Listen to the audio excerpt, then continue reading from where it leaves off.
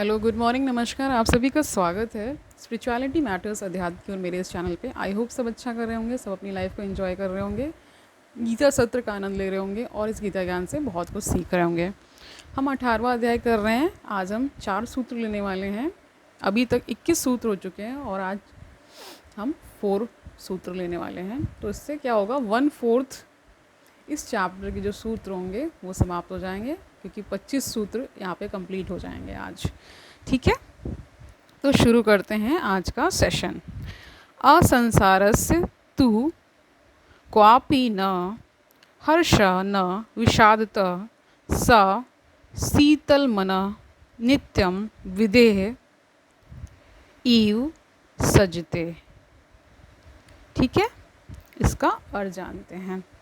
तो असंसारी ज्ञानी को ना तो कभी प्रसन्नता होती है और ना ही मोहजनित दुख।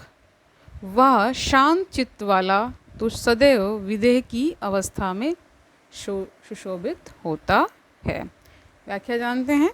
मनुष्य का संसार बाहर नहीं होता है, उसकी भीतरी वासनाएं, कामनाएं, इच्छाएं, आकांक्षाएं, अपेक्षाएं ही उसका संपूर्ण जगत होता है। इन्हीं के द्वारा वह बाह्य जगत को देखता है और इन्हीं के कारण उसे हर्ष तथा विषाद की अनुभूति होती है। ठीक है, अगर यह भीतरी जगत नष्ट हो जाए तो वह शांत मन वाला होकर विदेह की तरह सुशोभित होता है। ऐसा ज्ञानी ही असंसारी, संसार मुक्त कहलाता है। 23वां सूत्र देखते हैं।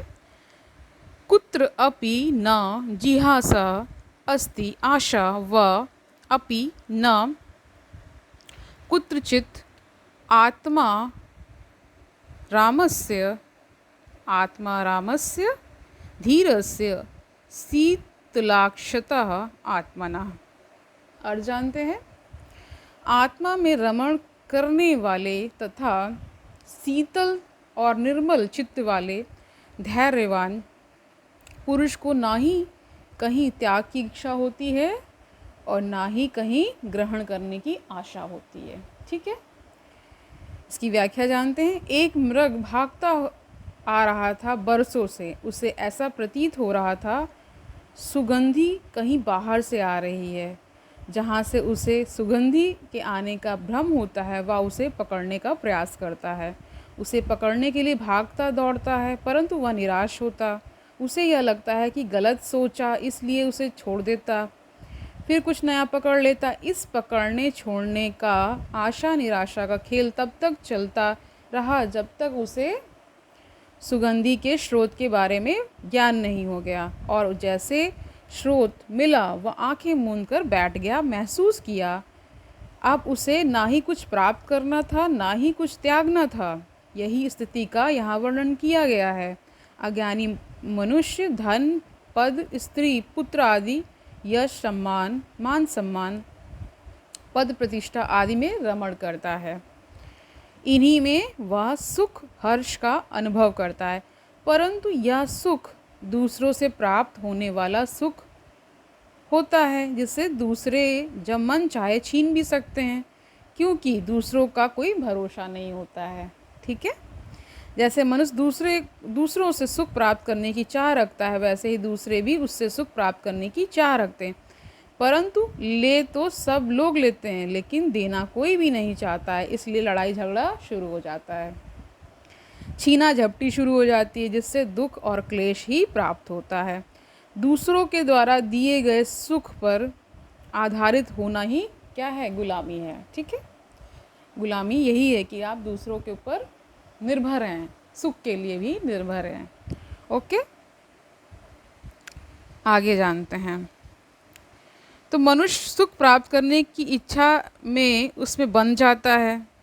इसलिए ज्ञानी ऐसे सुख को मिथ्या तथा बंधन बतलाते हैं, जो छीना जा सकता है। थोड़ा सा लाभ प्राप्त करने की लालच में मनुष्य स्वयं को दूसरे के हाथों बेच दे।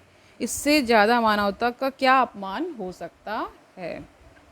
ठीक है, इसलिए ज्ञानी मनुष्य इच्छा मात्र का ही परित्याग कर देते हैं, ना त्याग की कामना करता है और ना ही ग्रहण की ही। वह केवल आत्मा में ही रमण करता है। उसका चित्त शीतल तथा निर्मल होता है।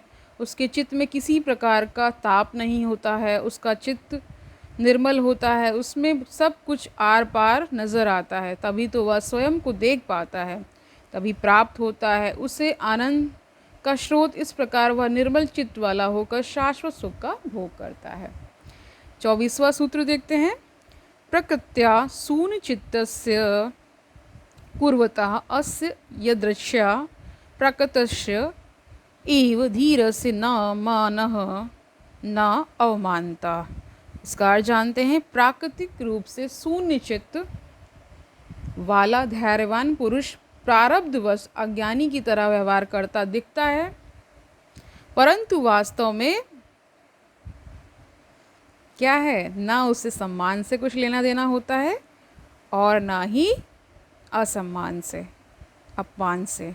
वह दोनों से ही परे होता है। इसकी व्याख्या जानते हैं। मान एवं असम्मान की भावना अहंकारवश होती है।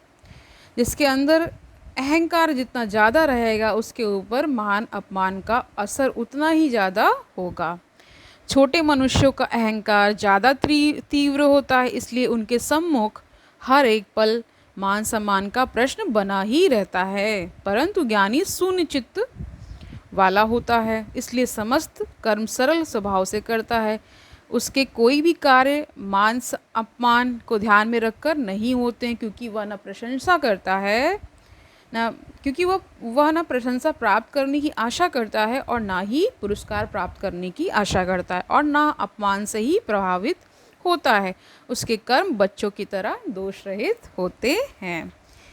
25वां सूत्र देखते हैं। कृतं देहेन कर्मः इदं न मया शुद्ध रूपिणः इति चिंता अनुरोधी सा कुर्वन् अपि करोति न। इसका अर्थ जानते हैं। जो कुछ किया गया वह सब तो इस शरीर ने ही किया है। मैं शुद्ध स्वरूप तो कुछ भी नहीं करता। इस प्रकार की चिंता करने वाला करता हुआ भी कुछ नहीं करता है। ओके, व्याख्या जानते हैं। पिछले सूत्र में सहजता के बारे में बतलाया गया है। सहजता सायास नहीं होती, अनायास होती है। यह ज्ञान का परिणाम होता है, इसलिए ज्ञान को शास्त्रों में परम पवित्र कहा गया है। ज्ञान का मतलब होता है सर्वस्व स्पष्ट दिखलाई पड़ना। ठीक है, भ्रम में घुल मिल जाता है। दृश्य जो जैसा होता है वह वैसा ही ज्ञान में दिखाई देता है, अर्थात ज्ञान में सब कुछ स्पष्ट रूप से दिखलाई पड़ता है। महर्षि अष्टावक्र कहते हैं कि चिंतन करने वाला तत्वज्ञानी शरीर तथा आत्मा के धर्मों को स्पष्ट रूप से देखता है। इसी कारण वह कहता है कि करना शरीर का धर्म है और सब कुछ शरीर ही करता है। शुद्ध स्वरूप आत्मा कुछ भी नहीं करती है, वह स्वयं भी आत्मरूप ही है।